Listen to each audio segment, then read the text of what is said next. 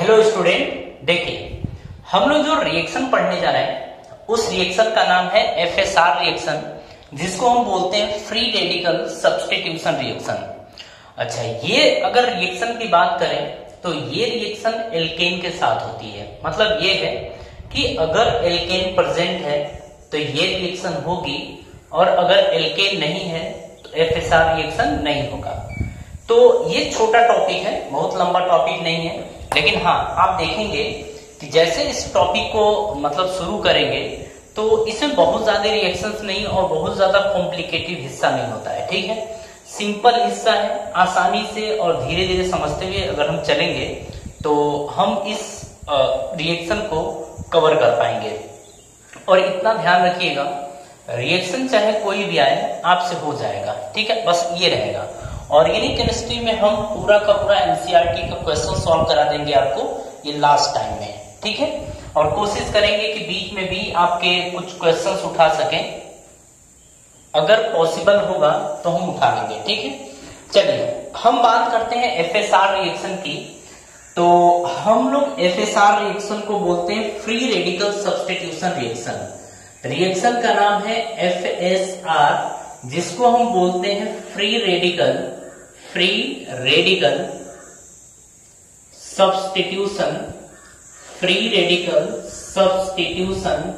Reaction. ये reaction का नाम होता है फ्री रेडिकल सब्स्टिट्यूशन रिएक्शन। अच्छा, हम आपको एक चीज अभी बोले हैं कि फ्री रेडिकल सब्स्टिट्यूशन रिएक्शन जो होती है वो एल्केन में होती है। किस में होती है? एल्केन में। मतलब अगर आपके सामने एल्केन दिख रहा है तभी आप एफएसआर रिएक्शन यानी फ्री रेडिकल सब्स्टिट्यूशन रिएक्शन के बारे में सोचेंगे, नहीं तो आप नहीं सोचेंगे। ठीक है, अब देखिए सबसे पहली चीज क्या है, इसमें आपको क्या दिखेगा तो आपको पता मतलब लग जाएगा कि ये एफएसआर रिएक्शन है। तो देखिए अगर हम बात करें यहां पर तो सबसे पहली चीज है कि आपको एल्केन दिखना चाहिए। अगर एल्केन दिख रहा है तभी हम जाके इसके बारे में सोचेंगे।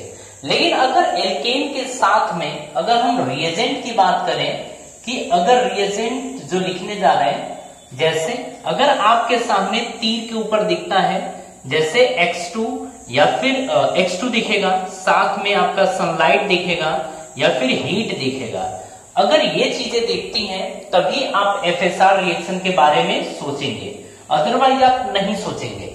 तो हम फ्री रेडिकल सब्स्टिट्यूशन रिएक्शन की बात करें तो सबसे पहली चीज क्या होती है कि इसके अंदर एल्केन आपको दिखना चाहिए। दूसरी चीज है कि रिएजेंट के रूप में अगर हैलोजन है, सनलाइट है, इसको हम क्या बोलते हैं? इसको हम बोलते हैं सनलाइट। ये H होता है। ठीक है, सनलाइट का ये सिंबल होता है। या टेम्परेचर यानी कि हीट अगर आपको दिखती है तो आप कहेंगे एफएसआर रिएक्शन है।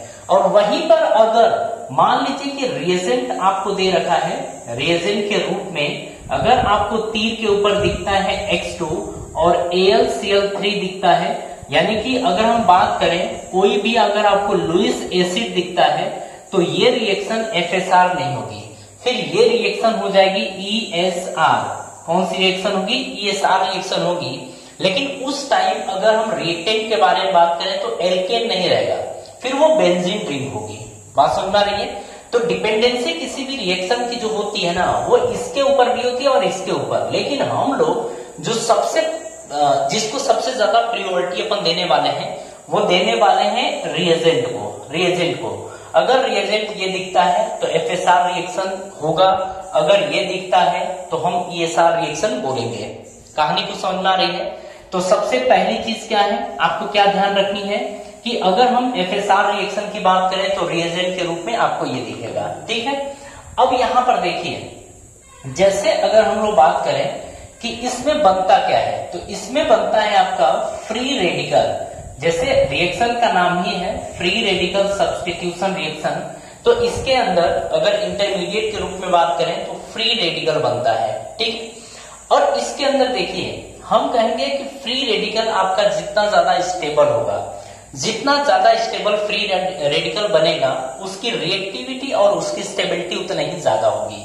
कहने का मतलब ये है कि अगर हम सबसे पहले स्टेबिलिटी की बात करें तो स्टेबिलिटी जो होगा वो डायरेक्टली प्रोपोर्शनल टू होगा। हम बोलेंगे कि स्टेबिलिटी ऑफ फ्री रेडिकल, मतलब अपन ये बोलेंगे कि फ्री रेडिकल यानी कि स्टेबिलिटी की बात करें तो स्टेबिलिटी, हाँ, जितने ज्यादा अल्फा हाइड्रोजन अवेलेबल होंगे फ्री रेडिकल के पास उसकी स्टेबिलिटी उतनी ही ज्यादा होगी।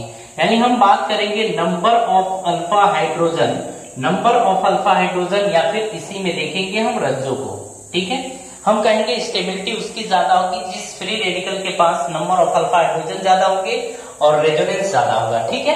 अगर यहीं पर हम रिएक्टिविटी की बात करेंगे तो रिएक्टिविटी के बारे में आप ये बोलेंगे कि stability of carbon free radical, stability of carbon free radical.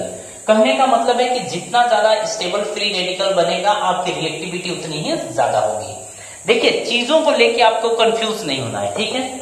एक चीज और आपको हम समझा दें यहाँ पर, ये चीज तो आपके सामने आ गई।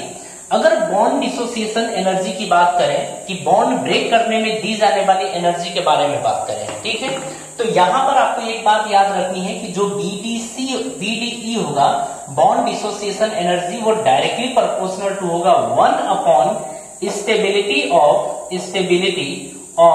Carbon free radical. कहने का मतलब ये है कि कार्बन फ्री रेडिकल जितना ही ज्यादा होगा उसको ब्रेक करने के लिए दी जाने वाली एनर्जी उतनी ही कम लगेगी, और जितना ज्यादा अनस्टेबल कार्बोकेटाइन होगा जितना अनस्टेबल कार्बन फ्री रेडिकल होगा उसको दी जाने वाली एनर्जी उतनी ही ज्यादा होगी। कहने का मतलब ये है कि इसकी कार्बन फ्री रेडिकल की स्टेबिलिटी जितनी कम होगी वहां पर बीडीई उतना ही ज्यादा होगा। यानी कार्बन फ्री रेडिकल की स्टेबिलिटी जितनी ज्यादा होगी तो आपका बीडीई बॉन्ड डिसोसिएशन एनर्जी उतनी ही कम होगी। कार्बन फ्री रेडिकल जितना ज्यादा अनस्टेबल होगा या जितना कम स्टेबल होगा बीडीई उतना ही ज्यादा होगा। कहने का मतलब है कि दी जाने वाली एनर्जी ज्यादा होगी जब आपका कार्बन फ्री रेडिकल की स्टेबिलिटी कम होगी। इतनी बात ध्यान रखिएगा।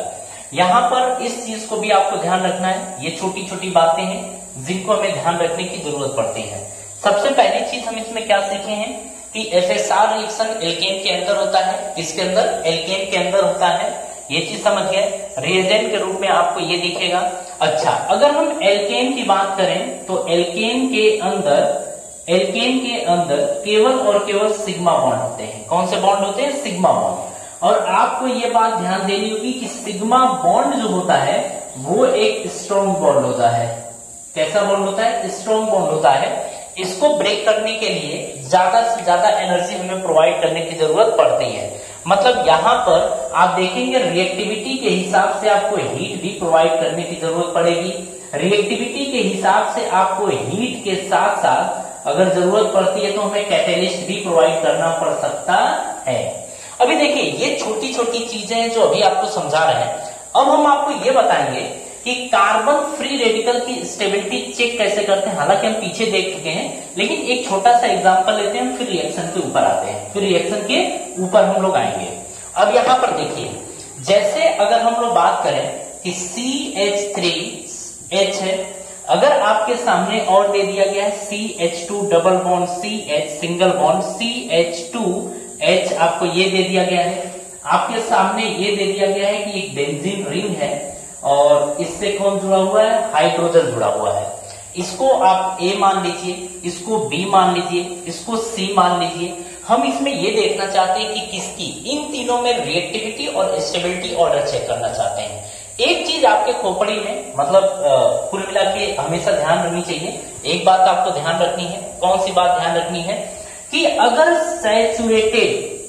सैचुरेटेड कार्बन फ्री रेडिकल है और आपके सामने अनसैचुरेटेड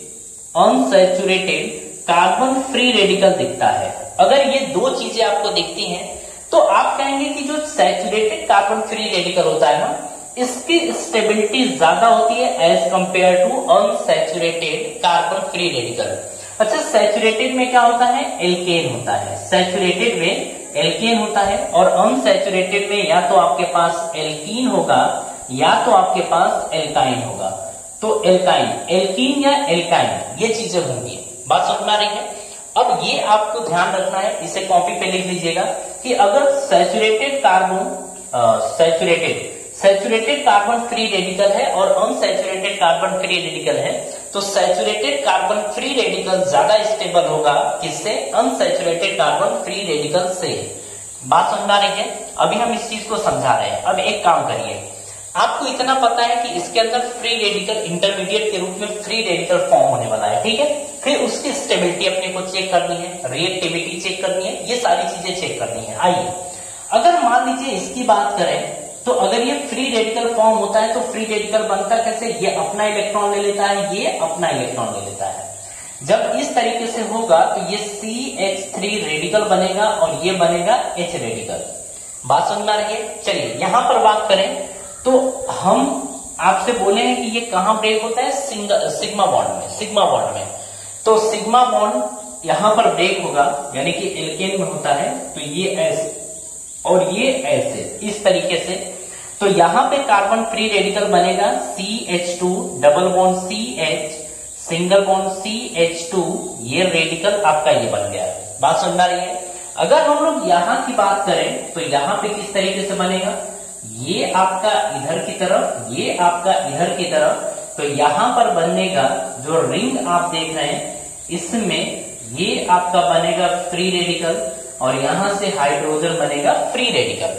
बात समझ में आ रही है? आगे की कहानी आप सुनिए। यहां पर अगर इन तीनों में हम स्टेबिलिटी चेक करें तो क्या इसके पास कोई अल्फा हाइड्रोजन है? तो कोई अल्फा हाइड्रोजन नहीं है, क्योंकि इसके बगल में कोई कार्बन नहीं है, तो बोलेंगे 0 अल्फा हाइड्रोजन। अगर हम इसकी बात करें तो इसके पास भी 0 अल्फा हाइड्रोजन है। क्यों? क्योंकि sp2 से डायरेक्टली sp3 वाला क्या होता था? अल्फा कार्बन होता था, ठीक है, और उससे जुड़ा हुआ हाइड्रोजन अल्फा हाइड्रोजन था। तो फ्री रेडिकल की स्टेबिलिटी हम लोग पढ़ चुके हैं बेसिक वाले हिस्से में। जीओसी वाले हिस्से में हम ये चीज देखे हैं, तो इतनी बातें आपको ध्यान होनी चाहिए। अच्छा, ये हो गया। अगर यहां की बात करें तो फ्री रेडिकल सिंगल डबल है, यानी कि यहां पर कौन मिलेगी? रज्जो मिलेगी। लेकिन अगर यहां पर बात करें तो यहां पर भी आपको 0 अल्फा हाइड्रोजन मिलेगा। बात समझ में आ रही है? और यहां पर रज्जो आपको नहीं मिलेगी। अब यहां पर समझिएगा, अगर इन तीनों के अंदर की हम लोग बातचीत करें तो हम ये देखेंगे कि देखिए स्टेबिलिटी की बात कर रहे हैं कि इन तीनों में ज्यादा स्टेबल कौन होगा? तो देखिए जिसके पास रज्जो होगी वो ज्यादा स्टेबल, यानी कि बी वाले हिस्से की बात करें तो बी वाला हिस्सा ज्यादा स्टेबल होगा। किससे? ए और सी से। लेकिन अगर ए और सी में देखा जाए तो ये सैचुरेटेड कार्बन फ्री रेडिकल है, ये अनसैचुरेटेड कार्बन फ्री रेडिकल है। अभी हम आपको बताए थे कि सैचुरेटेड कार्बन फ्री रेडिकल की स्टेबिलिटी ज्यादा होती है as compare to unsaturated carbon free radical. तो ए और सी में देखा जाए तो ए की स्टेबिलिटी ज्यादा होगी सी से। तो ये क्या चीज है? तो हम बोलेंगे ये हमारी है स्टेबिलिटी ऑर्डर, ये स्टेबिलिटी ऑर्डर है। अगर यहां पर हम रिएक्टिविटी चेक करें तो हम आपको बोले थे कि जिसकी स्टेबिलिटी ज्यादा होती है उसकी रिएक्टिविटी भी ज्यादा होती है, यानी कि बी ज्यादा रिएक्टिव होगा as compare to A as compare to C. तो ये आपकी रिएक्टिविटी ऑर्डर भी मिल गई। तो देखिए इसमें अभी जितनी चीजें हम आपको समझाए हैं ये बहुत कॉम्प्लिकेटेड चीजें नहीं है, आसान चीजें हैं, चीजों को आप आसानी से सीख सकते हैं। बात समझ में आ रही है? चलिए, अगर इतनी बातें आपको समझ में आ गई तो अब हम आगे की बात करेंगे यहाँ पर कि जैसे फ्री रेडिकल रिएक्शन के बारे में, कि फ्री रेडिकल रिएक्शन होती कैसे है। अभी तो ये हम बेसिक चीज सीख रहे थे, है ना। तो इसके आगे की कहानी हम लोग देखते हैं